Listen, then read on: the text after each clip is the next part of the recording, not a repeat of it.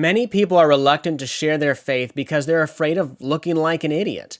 Fortunately, there's a new helpful book out called How to Talk About Jesus Without Looking Like an Idiot. And yes, that is the real title of the book. In this episode of the podcast, I talk with the author of that book, Andy Bannister, about how to grow past being an undercover Christian at work, school, and other places outside of church. We talk about how a right understanding of our role in evangelism relieves anxiety about sharing the gospel, the power of asking good questions, and how we can point people to Jesus more frequently in our conversations. So enjoy this discussion with Andy Bannister to hear his tips on how we can have natural conversations with friends, family, and even strangers about our faith. Well, thanks for joining me once again on the Reasonable Theology Podcast. I'm joined on this episode by Andy Bannister. Now, Andy is the director of the Sola Center for Public Christianity, which is an evangelism and training ministry. He's adjunct professor at Wycliffe College at the University of Toronto, and he's also adjunct research fellow at Melbourne School of Theology in Australia. And we're going to be talking about his new book, How to Talk About Jesus Without Looking Like an Idiot. Andy and his wife Astrid live with their two children in Wiltshire, England. Thank you so much for joining me on the podcast. Clay, it's an absolute privilege to be with you, and also very exciting to see you actually have a physical copy of my book, because I haven't received one. Yeah, I only have the digital. Yes, look at that. That's so exciting to see it's real. So, no, that's... I am prepared to sell this to you and ship it over to England. Look at that. We can You talk drive a about hard that bargain. when we're done here. Yeah, good stuff. Well, as we get into that conversation about the book, to start things off, could you share a little bit about yourself and your family and what your ministries look like over the last many years? Yeah, absolutely. We'd love to, Clay. So I live so as you said, I live in Wiltshire, or Wiltshire, as you wonderfully had a very manful crack at it. So that's about an hour and a half west of London. So I grew up in London, capital of the UK. Didn't really think much about evangelism and sharing my faith and apologetics, all that kind of stuff. Really until my early 20s, when I got drawn into having conversations with Muslims up in the centre of London and found them asking me questions that I couldn't answer. I'd been raised in a Christian home and sort of known Christ since my teens, but I'd never really thought about sharing that faith publicly. My Muslim friends forced me to think about faith and to think about engaging with my faith a bit more proactively. That led eventually to theological training. And that eventually led to then going and ministering in Canada for 6 years. I was based in up there in Toronto, or Toronto, as they like to call it. Did 6 years there, and we had the kids out there. So my kids are both British and Canadian. Then came back to the UK 2016 and took over the leadership of SOLAS. And SOLAS is the Scottish word, the Gaelic word for light. There's also a bit of play on words there, if you know your Reformation history, the solas of the Reformation, sola scriptura, and so on and so forth.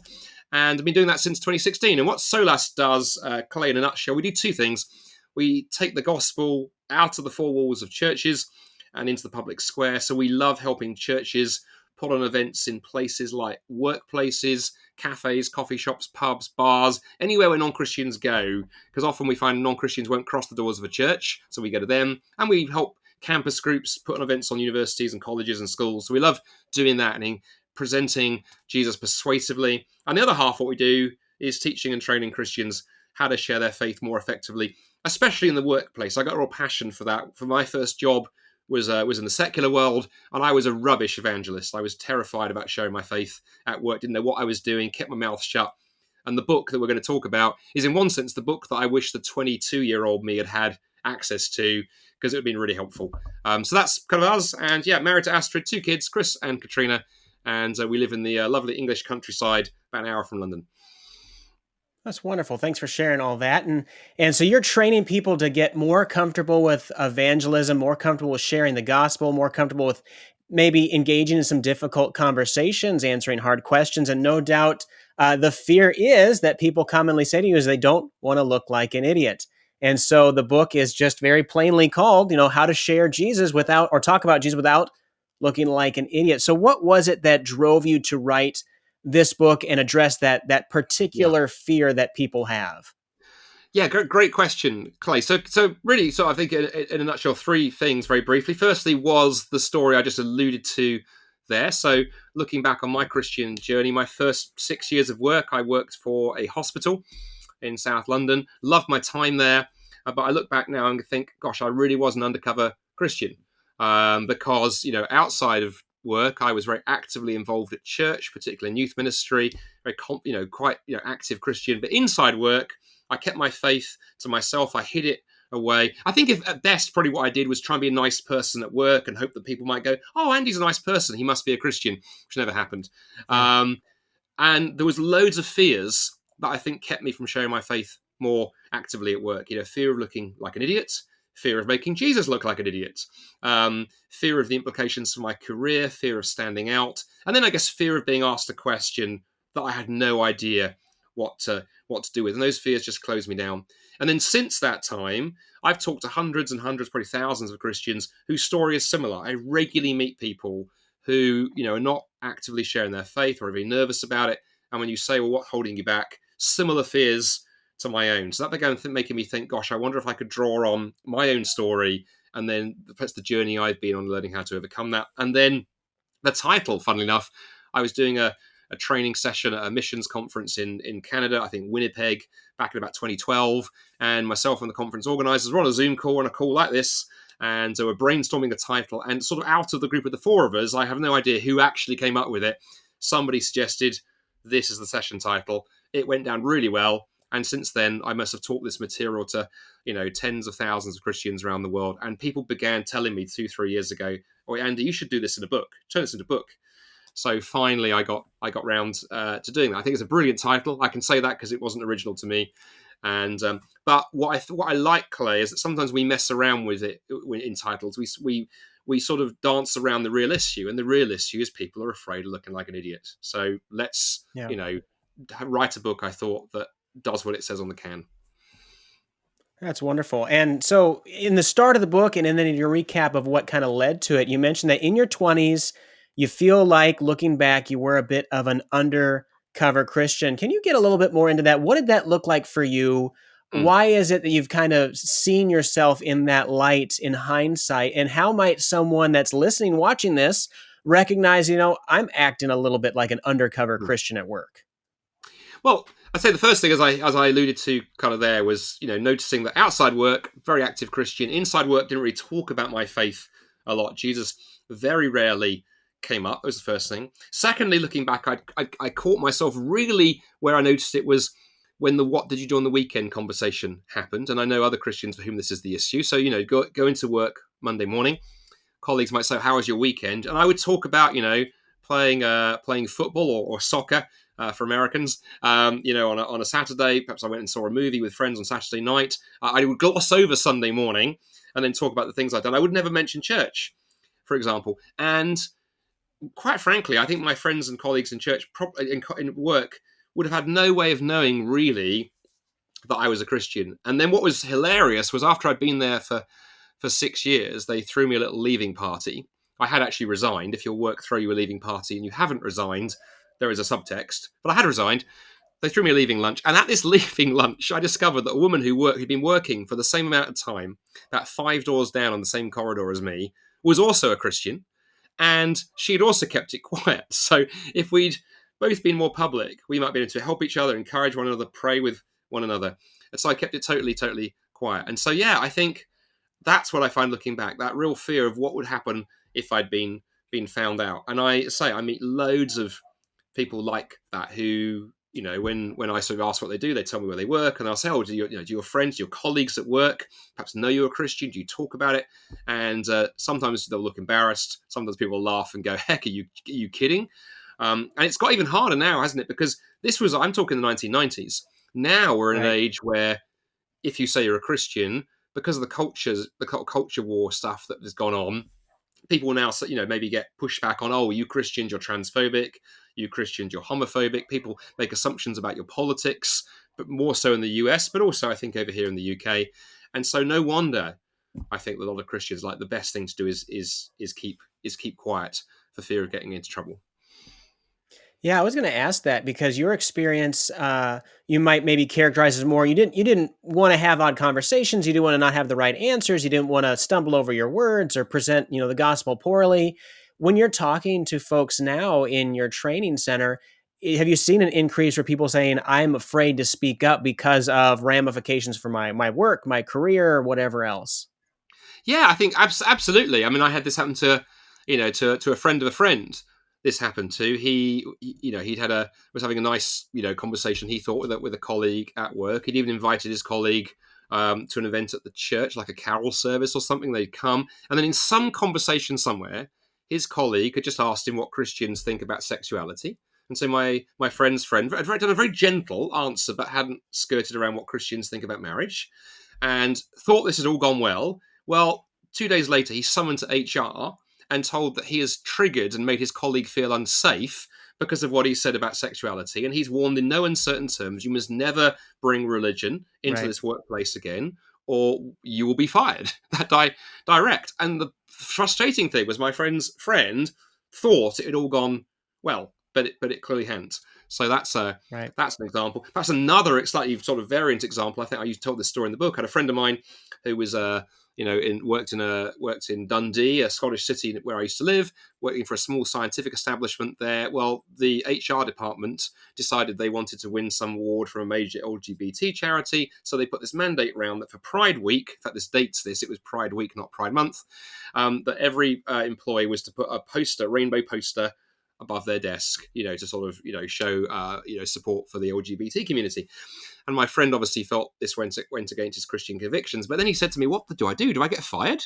Is this the point that I take a stand and get fired over a poster? I'm happy to take a stand for Christ, but not, lose my job over something as stupid as a rainbow poster." Now, thankfully, that story ended interestingly, because again, I told this in the book. My friend and I brainstormed this a bit, and actually, what eventually happened there was he went back to HR, had a meeting with the head of HR, and said, I really value working for a company that's socially aware and into all these causes. However, the LGBT issue is not particularly my issue, and I think it gets a lot of attention anyway. However, since I was a student, I have been an avid supporter of the Free Tibet campaign, campaigned and raised money for the liberation of the Tibetan people. So if it's all right with you guys, I'm going to put a Free Tibet poster above my workstation for the week that everyone else is doing rainbow flags. He said it was amazing. You could see they wanted to say no. But, that would have looked like we don't like Tibetans. So he was allowed. And he said, Right. amazingly, that actually started spiritual conversations, because people said, "Oh, why, why is that there?" And it allowed him to say, "Well, I really Right. care about justice. Oh, and I care about justice because I'm Christian." And he said, it was amazing, the conversations that started. So anyway, all that to say, Clay, we live in workplaces where there are all these landmines, I think, Right. particularly around sexuality and increasingly race. I think Christians are afraid of being, tarnished with, all kinds of labels, and unfairly most of the time, because people make assumptions. So no wonder I think a lot of Christians default to, "I'll say nothing. I would just keep Right. quiet." Yeah, sometimes you have to be, wise as serpents, innocent as doves, and it sounds like that was a fairly clever solution they came up with. That was Probably better than yeah, stenciling a that was little Noah's Ark under the fascinating. rainbow or something like that. But That's right. um, so they're trying to help people overcome these fears that they have, whether it is maybe like an external pressure on them from the rules of a workplace, or probably a lot of times the assumed rules. Maybe it's never really said. They just assume I'll get in Mm, trouble, or people will get upset. Uh, and they might have internal fears where they feel like I'm not going to do this well. I'm not going to do it adequately. I'm not well yeah, spoken, whatever else. What are some of those maybe internal yeah. fears that people have that holds them back from evangelism? Well, that's a great question, Clay, because obviously we've talked about the external ones, but I think, yes, you're right. There are the internal, almost, I think, perhaps the spiritual fears too. So you've mentioned one of them, right? This fear of not doing this well. So there can be that fear for Christians, right, that we let God down. What if I do this badly? I haven't just looked stupid in terms of my colleagues. I've somehow sold the gospel short, or I've somehow let Jesus down because I haven't done this well. That can be a pressure. There can be the pressure of, well, what happens if I share my faith with a colleague or a friend and nothing happens? That can be a fear for many Christians. Are going, well, okay, does that mean I'm a terrible evangelist, right? If I if Right. I if I do the business, I don't get fired, but there isn't fruit.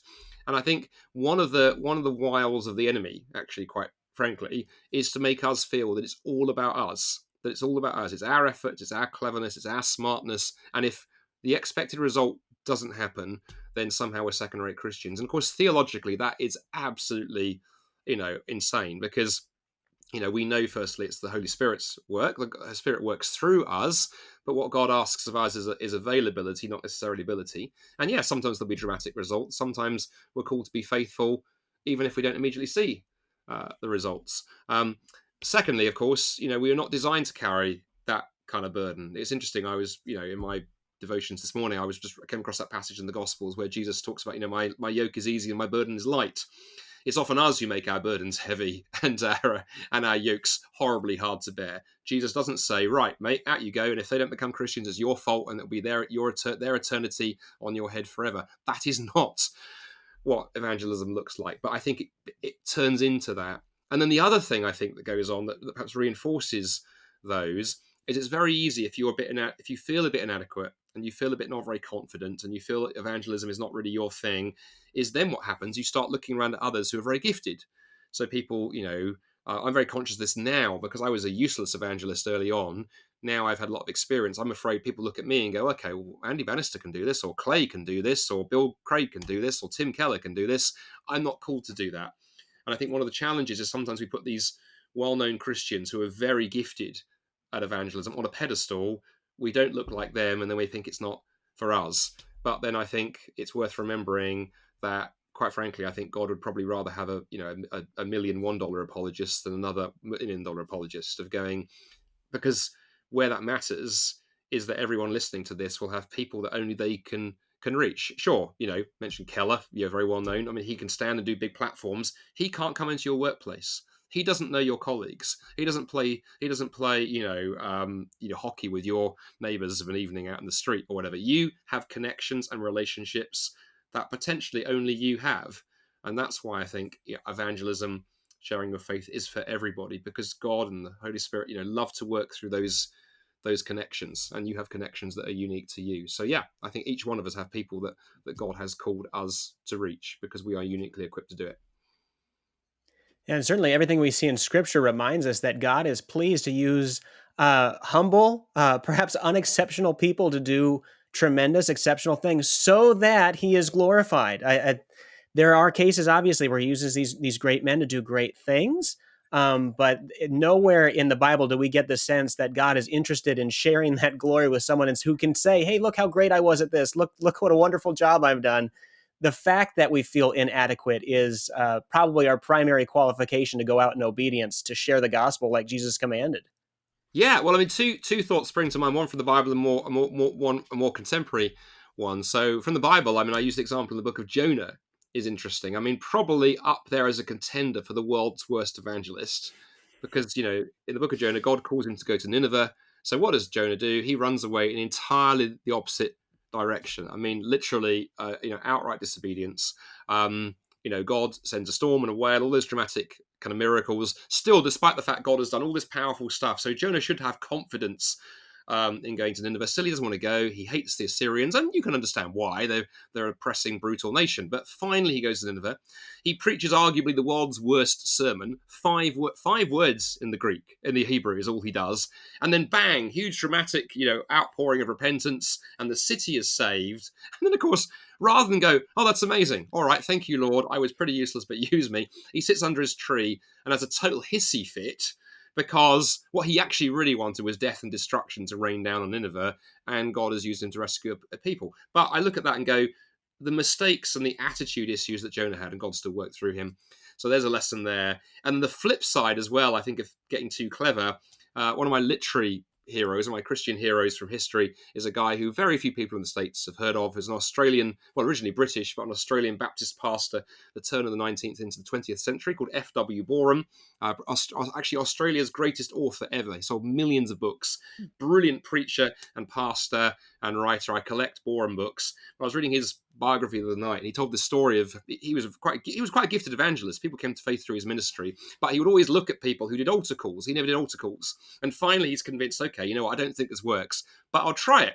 And so one night he's preaching in Melbourne, Australia, does an altar call, and dozens of people respond.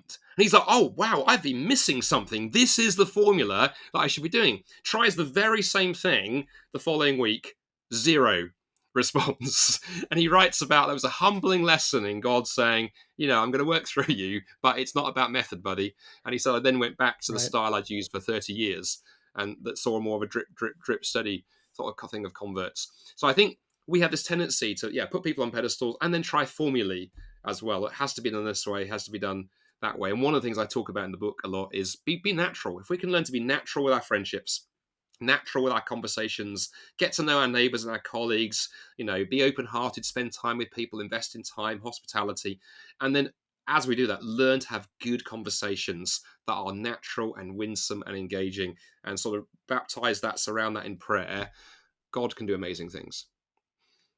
Absolutely. And one of those keys that you mentioned in the book and really drive home to have natural conversations is the use of questions. So, how is it that asking questions can help us to be more comfortable and to also help us to have more engaging, more in depth evangelistic conversations?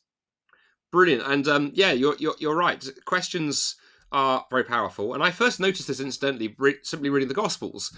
I mean, some years ago, and obviously many have noticed this. If you read the Gospels through, it's interesting to see how often Jesus asks questions. In fact, I think it's 307 questions he asks. He's asked, I think, about 83, and he only answers 8 directly. It's something like that ratio. Jesus particularly loved to answer questions with questions. And I think the reason he did this is questions are incredibly powerful. Questions make the other person think. Questions expose motives and assumptions. Questions take the effort off you and get the other person engaged. And questions also keep a conversation flowing. If a friend says something challenging about your faith, if you think your job is to download a 15-minute sermon onto them, that's not a conversation, that's a lecture. But if you can learn to ask good questions, push back a little, be winsome, questions be very effective. And in the book, in a nutshell, without spoiling all of the book, because otherwise people won't buy it, and my publisher will be you'll be in lots of trouble with Tyndale. The a couple of things I teach in the book. There are good questions for when people raise objections to your faith.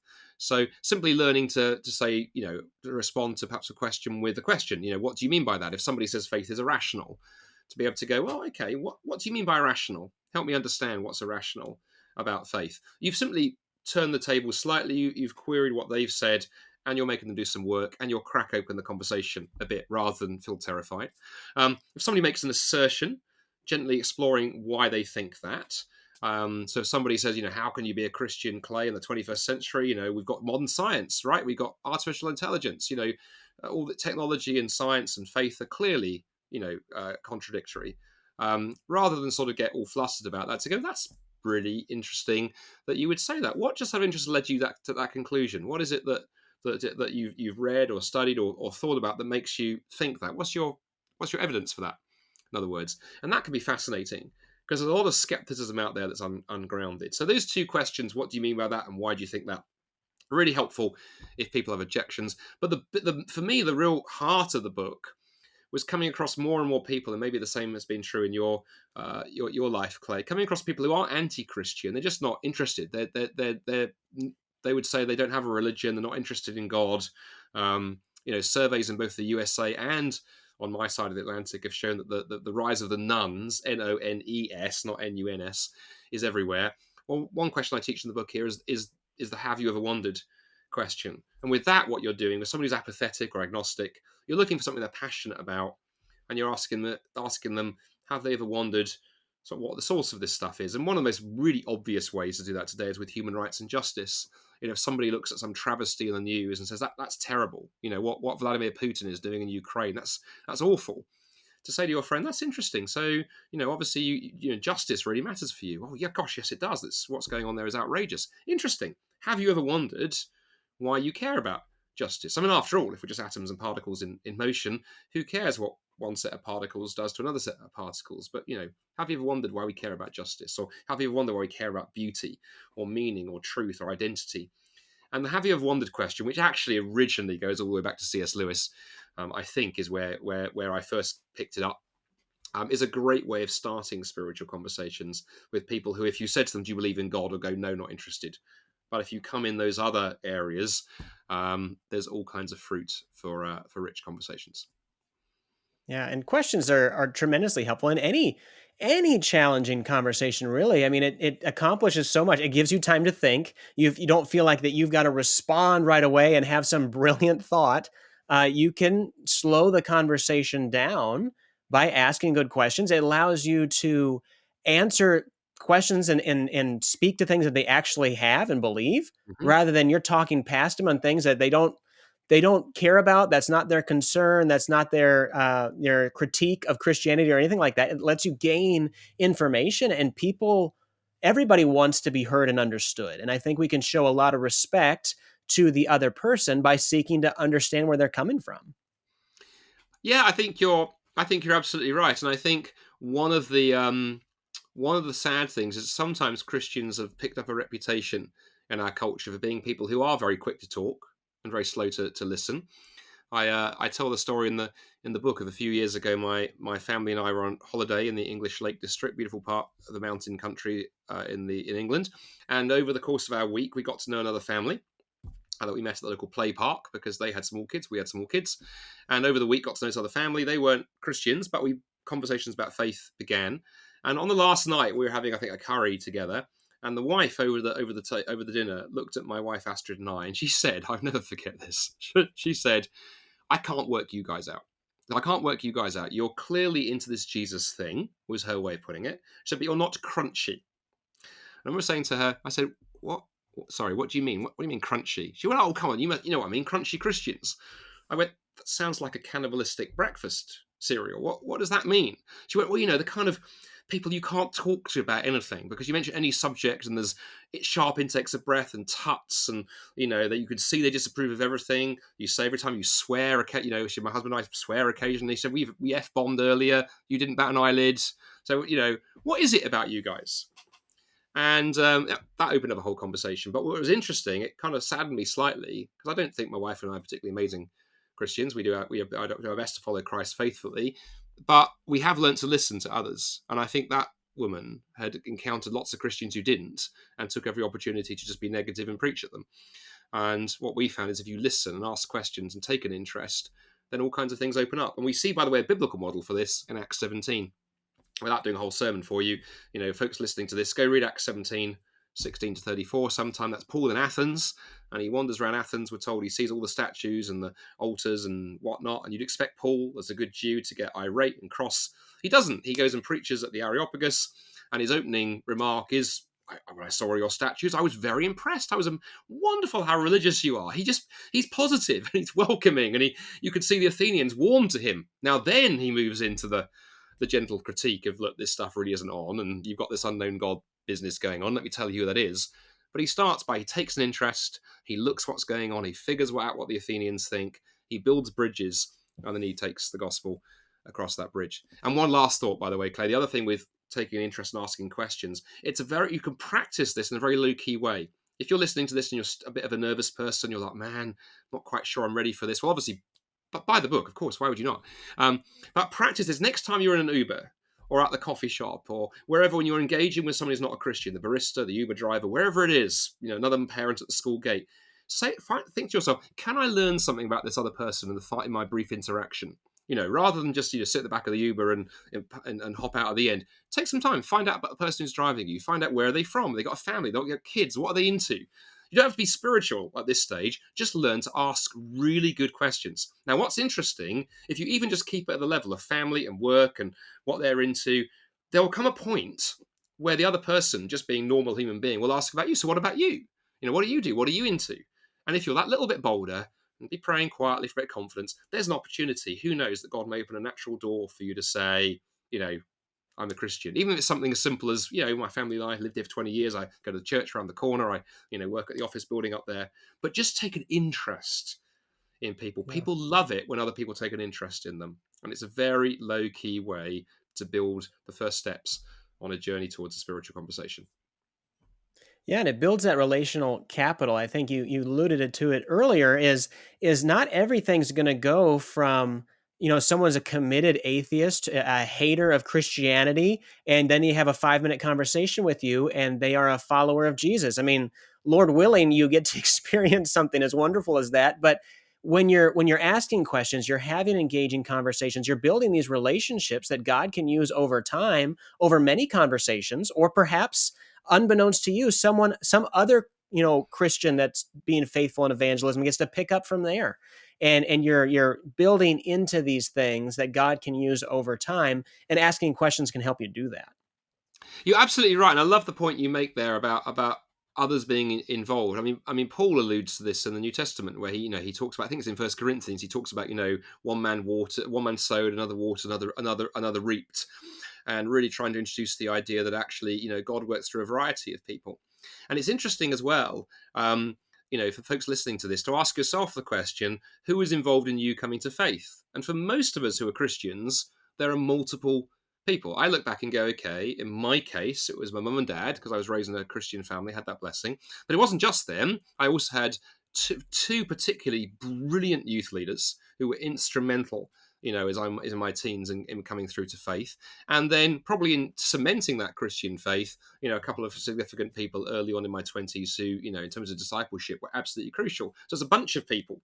And that's true for lots of folks. So yeah, I think it's really helpful to think in terms of that kind of evangelism being a team sport, as it were. And an analogy I use in the book, in fact, I quote in the book, because it's not original to me. I've got a friend of mine called Randy Newman, not the guy who wrote the lyrics for Toy Story, but Randy Newman is an American Christian writer, wrote a brilliant book called Questioning Evangelism, by the way, which is another sort of take on the asking questions. And Randy talks about the idea of, when you think about a scale from A to Z. Look, I'm contextualizing A to Z over here, but A to Z for you Americans. And imagine that A is a complete, total pagan, as far from God as you can possibly imagine. That perhaps their postal address is 666 Babylon Avenue, and then Z is someone who's just given their life to Christ. Rather than think about when you meet your total pagan friend, can I have this one magic conversation that gets them from A to Z? That might happen. God does do dramatic things. Look at Saul, Paul in the New Testament, and there are contemporary examples. But often what will happen is God might use you of your friendship in a conversation. Maybe, you're going to move them from A to C, and someone else will move them from C to F, and so on down the scale. And why that can be helpful, takes the pressure off you. And as you're praying for your friend and talking with them, maybe over several conversations, to just be seeking the Lord and going, Lord, could you use me to just move them up that scale? And that success looks like they've moved closer to Z and away from A, and it might take a long time. One of my closest friends in recent years, was a former Muslim, no longer with us actually, a guy called Nabil Qureshi, very well known on your side of the Atlantic, wrote a book called Seeking Allah, Finding Jesus. Nabil's testimony, I remember when I met Nabil and heard how he'd come to Christ, I think typifies that beautifully. I think it was a 5-year or 7-year, one of those two numbers, journey from atheist, and Muslim in his case, committed atheist, right the way through to Christian. And the friend who was influential in that, a friend of his called David Wood, also a friend of mine, David would say, people were saying to him, David, give up on Nabil. He's not going to become a Christian. You've been talking to him for a year, 2 years, 3 years, 4 years. Give up. And David's answer was always, no, he's my friend and I care for him. But secondly, I trust God, and I'm going to keep praying and keep praying, keep praying. And that was a 5-year journey with David and others working with Nabil before he dramatically came to Christ. And then look how God used him to reach thousands before we lost him to cancer a few years ago. So journeys like that are interesting, that show me, God doesn't often work to our timetables. So don't think in terms of how do I have a dramatic conversion experience with someone? How can I be faithful, and how can I help someone along that journey? Yeah, even just the concept of framing it as, can I do something to help move them further along, that can resolve a great deal of anxiety when it comes to evangelism. So can questions. Some people might think that's really helpful, and asking questions is really helpful. But what if they ask me a question? And that can make a lot of people nervous. What advice do you have for those whose fear is, I don't know how I would answer some questions that they might have, be they theological, be they just more of like a society concern, or a Yeah. difference in definitions of things. Like you mentioned the word justice earlier. There's some very different definitions floating around there. So how do you teach people? What advice do you give for those Mm. that are afraid of receiving questions? Yeah, that's a great question. First thing I would say, we touched on it a little bit, is obviously just learn some general conversational tools. And so the heart of this book teaches that very, very practical stuff. If you're a heavy sort of thinker, it's still good to learn those. If you're not, it's great to learn those too. So being equipped with some conversational tools, because that will teach you things like, before you even get into answering the question, learning to ask questions back can be helpful. So one thing I teach in the book is, when someone raises a difficult question, and of course, yeah, I understand you might panic, your adrenaline level goes up, your heart rate raises, just to begin by saying, that's a great question, why do you ask it, can be very, very helpful. A good example would be, someone who says to you something like, Clay, how on earth can you believe in a good God when there's suffering and evil in the world? It's quite a big, scary question. People listening to this may be, wow, I don't know how to answer that. But it might be that when you say, that's a really interesting question, tell me, why do you ask that?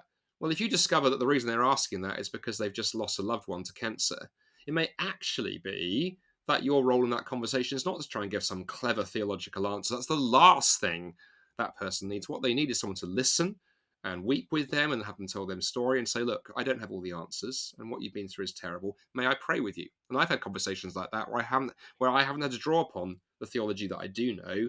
What somebody wants is a pastoral answer. And that's also a reminder, by the way, to those of us who are theologically equipped. Sometimes being theologically equipped can be a handicap, because we reach too quickly for the let's go for the smart answer, where actually the person might need something more pastoral. So Right. beginning by digging into the question.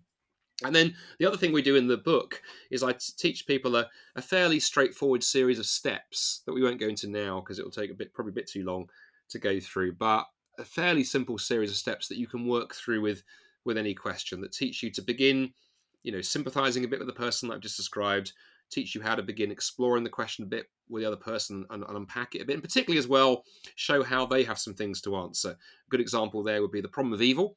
If an atheist friend raises that, well, of course, our atheist friends have an issue with the problem of evil. Their problem is, how do you define good and evil if everything is just atoms in motion? What makes one configuration of atoms good and one configuration of atoms bad? Hard to tell. So it's good to learn how to gently show the person, actually, they've got some thinking to do here. And then the next kind of steps along the journey are showing you how to begin digging into the question a bit, but particularly digging in by bringing the Jesus into the conversation. Because really, I think our task when we're given hard questions is not to try and give these amazing philosophical answers, if that's even possible, but to give a good answer, but an answer that points people to Jesus. Because obviously what we want ultimately is for people to encounter him, not just go away going, my word, I asked, Clay, I asked Andy, I asked that Christian friend of mine this question, and they just gave this amazing answer with Latin Right. footnotes and everything. Yeah, well done. But also you missed something. By the way, that's not to downplay apologetics or clever answers. I love this stuff. I know you do, and many listeners to your show probably do too. But the reminder for us too, who love this stuff, that ultimately it's Jesus we're trying to connect people with, not our own cleverness.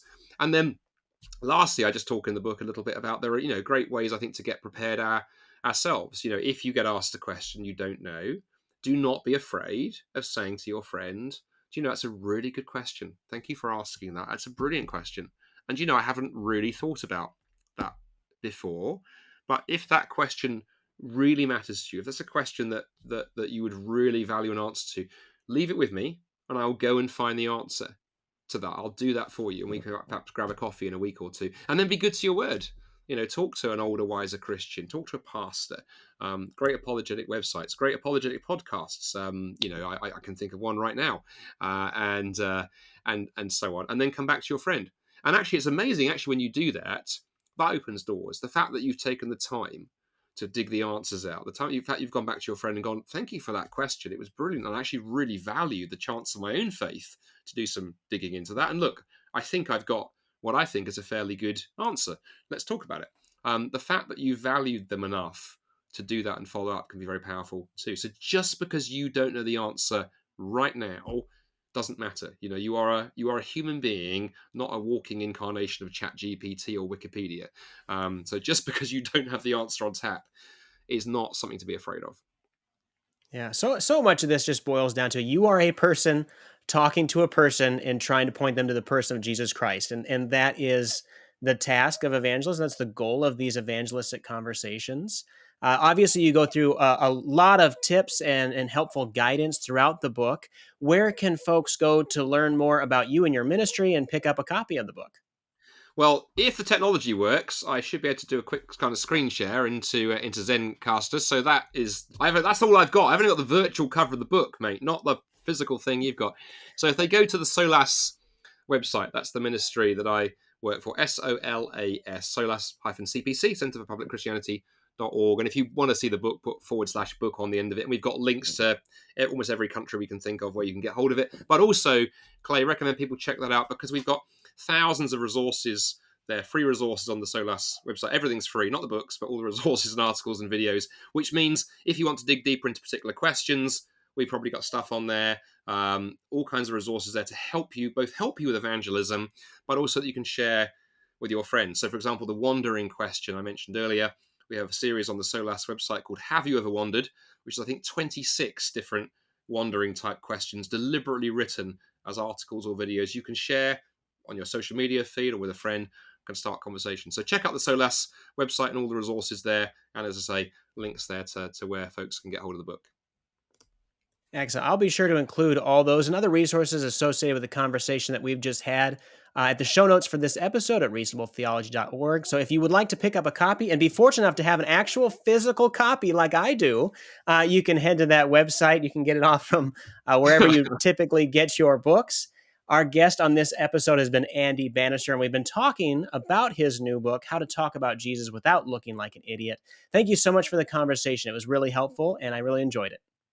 It's been brilliant. Thanks for having me on the show, Clay. God bless.